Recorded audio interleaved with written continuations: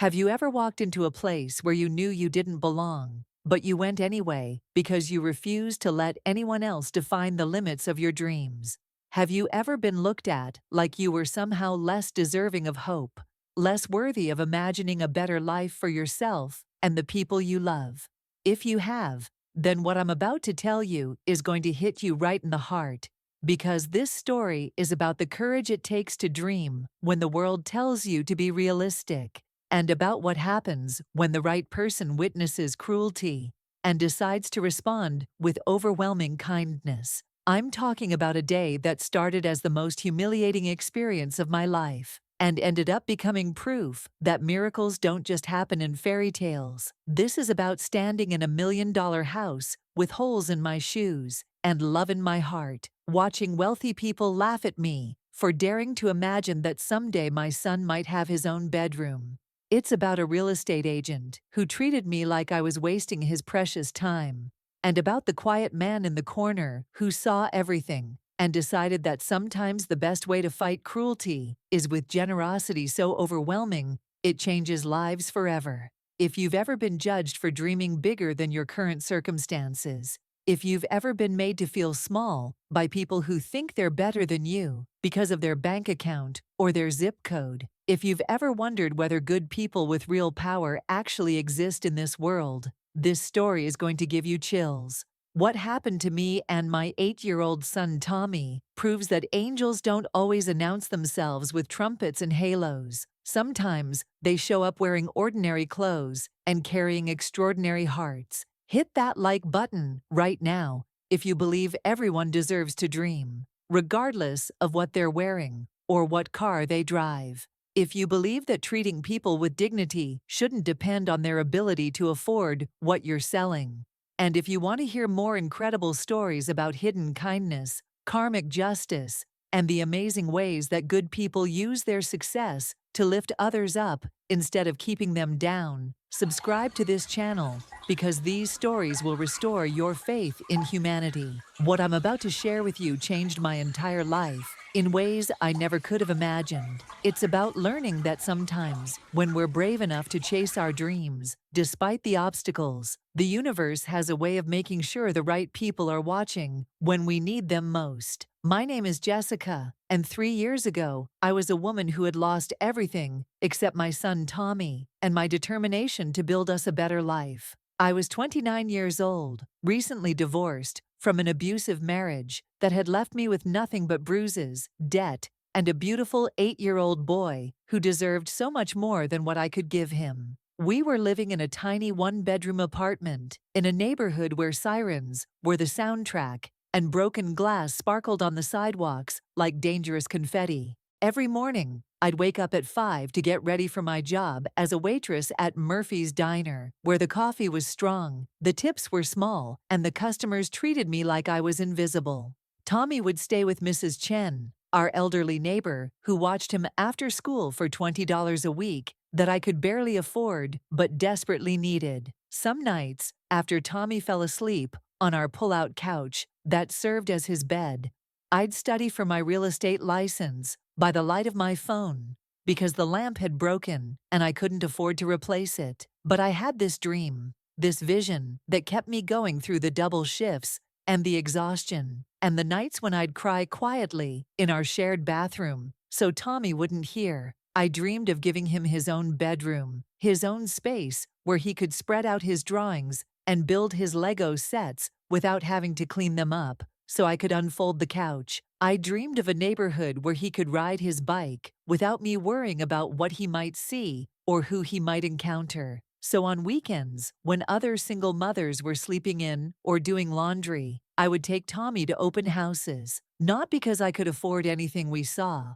but because I needed to understand what I was working toward. I needed to see what was possible, to study the market I hoped to enter professionally, and to show Tommy that dreaming big wasn't something to be ashamed of. That's how we ended up at the Oakwood Estate open house on a sunny Sunday morning in March. It was $1 million home in the kind of neighborhood where the lawns looked like golf courses and the mailboxes cost more than my monthly rent. I dressed Tommy in his best clothes, khakis from Goodwill, and a polo shirt his grandmother had sent for Christmas. I wore my only nice dress, bought secondhand but carefully maintained, and my worn sneakers because they were the only shoes I owned that didn't have holes.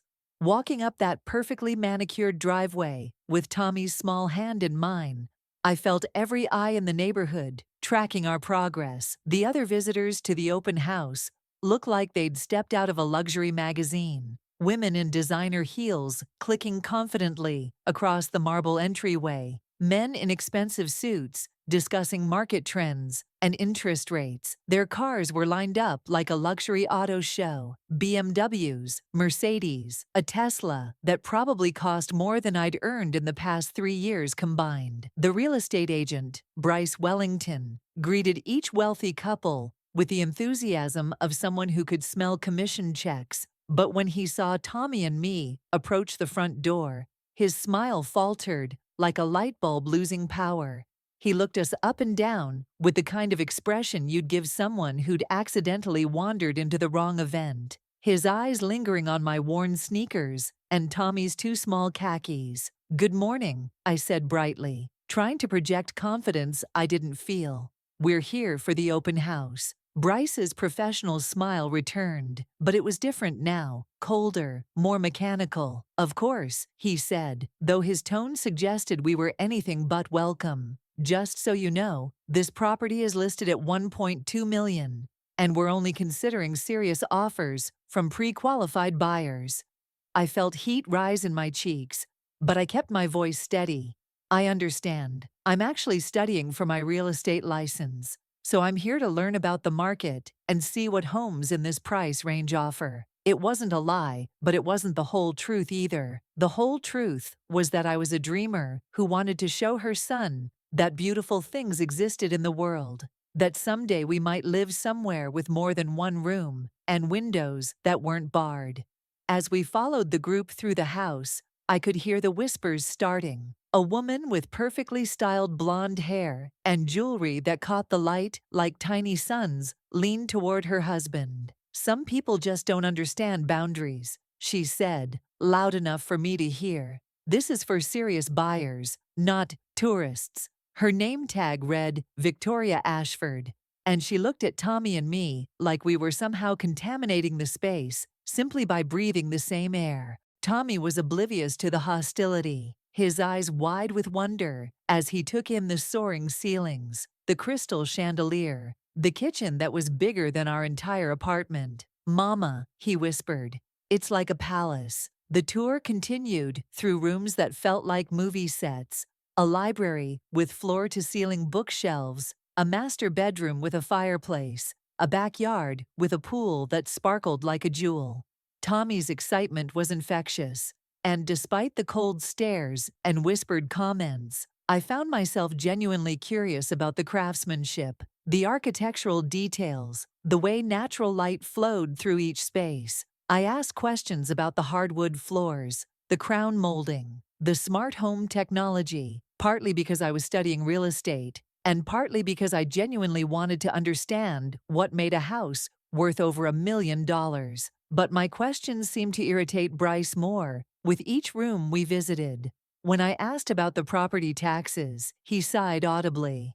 When I inquired about the neighborhood schools, Victoria Ashford actually laughed. "Honey," she said with mock sweetness, "I think you might be in the wrong zip code for those concerns." The group of wealthy visitors chuckled like she'd made the wittiest observation of the day. Bryce's patience finally snapped when we reached the master suite. "Look," he said, not bothering to lower his voice anymore, "I appreciate your enthusiasm, but this viewing is really intended for serious buyers. Perhaps you'd be more comfortable looking at properties in a different price range." The implication hung in the air like smoke. Translation: you don't belong here, and everyone knows it. What I didn't notice, what none of us noticed, was the quiet man who had been following our group through the house.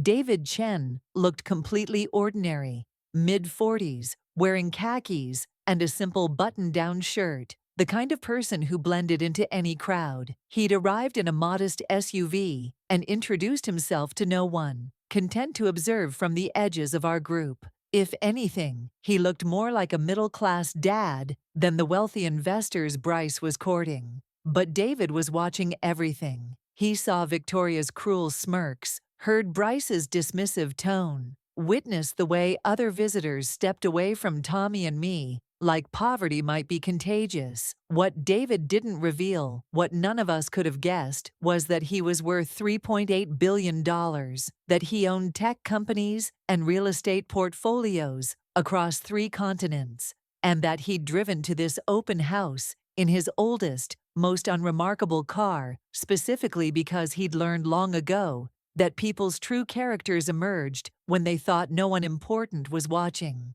And what he was watching was making him angrier than he'd been in years. The breaking point came when Victoria made one final, cutting remark. "Bryce, darling," she said loud enough for the entire group to hear, "perhaps you should mention that serious viewings are by appointment only. It might save everyone some time." Her eyes met mine with the kind of cold satisfaction people get when they think they've put someone in their place. That's when Bryce finally crossed the line completely. "You know what? You're absolutely right," he said, turning to me with barely concealed irritation. "I think it would be best if you and your son moved along. We have several qualified buyers here today, and I need to focus on their needs." The dismissal was so public, so humiliating, that even some of the other visitors looked uncomfortable. Tommy looked up at me with confusion in his eyes, not understanding why the nice man was asking us to leave when we hadn't done anything wrong. I felt my cheeks burn, but I maintained what dignity I could. "Of course," I said quietly, taking Tommy's hand. "Thank you for your time." As we walked toward the door, I heard Victoria say to her husband, "Finally. Some people just don't know their place." Her laughter followed us out of that beautiful house, like an echo of every time I'd ever been made to feel small. What none of us saw was David Chen stepping out of the crowd and approaching Bryce with a business card. "Interesting property," he said quietly. "I'd like to make an offer." Bryce, still flushed from his confrontation with me, barely glanced at the card before pocketing it. "Absolutely, sir. Let me get you the listing details." If he had looked at that card, if he had recognized the name David Chen from the tech headlines, if he had realized he was talking to someone who could buy that house with pocket change, maybe everything would have been different. But David didn't introduce himself as a billionaire. He simply said, "I'll be in touch," and watched Bryce nod dismissively. Then David did something that would change our lives forever. He pulled out his phone and made a call to his attorney. "I want to buy a house," he said quietly. "Today. Cash offer, full asking price, and I want the transaction completed this week." He paused, watching Tommy and me walk to our old Honda. "And I want the deed put in someone else's name. I'll explain later." 3 days later, I got a phone call that made no sense at all. Standing in the foyer of what was now legally my house, holding the deed with my name printed in official black ink, I couldn't stop crying.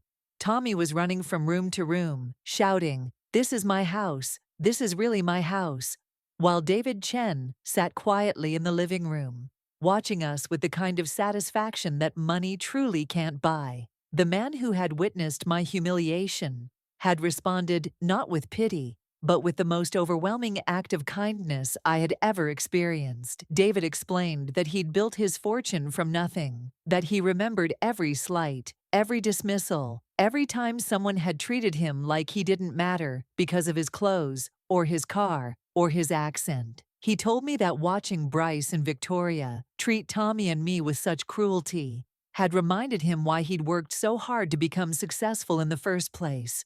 Not to hoard wealth, but to have the power to fight injustice when he encountered it. 2 years later, I'm one of the top real estate agents in the city, specializing in helping working families find homes they can afford. David became more than my benefactor. He became my mentor, my business partner, and the grandfather figure Tommy had never had. Together, we've created a foundation that helps single mothers transition from rental properties to home ownership. And every open house I host welcomes everyone, regardless of their shoes or their bank account. Bryce Wellington lost his real estate license after David reported his discriminatory practices to the state board. Victoria Ashford became a social media cautionary tale when our story went viral. But their downfall wasn't the real victory. The real victory was Tommy growing up in a house where he felt safe, where he could dream as big as he wanted, where he learned that kindness is the most powerful force in the universe. Jessica's story proves that dreams have no expiration date and no dress code. If this reminded you that everyone deserves to be treated with dignity while chasing their dreams, if it showed you that there are still people who use their success to lift others up instead of keeping them down, smash that like button right now. Share this with someone who needs to remember that their dreams matter, regardless of their current circumstances. Subscribe for more incredible stories about hidden angels, karmic justice, and proof that good people with power can change everything with a single act of overwhelming generosity. Remember, you never know who's watching when you choose kindness over cruelty, and you never know when your biggest dreams might be closer than you think.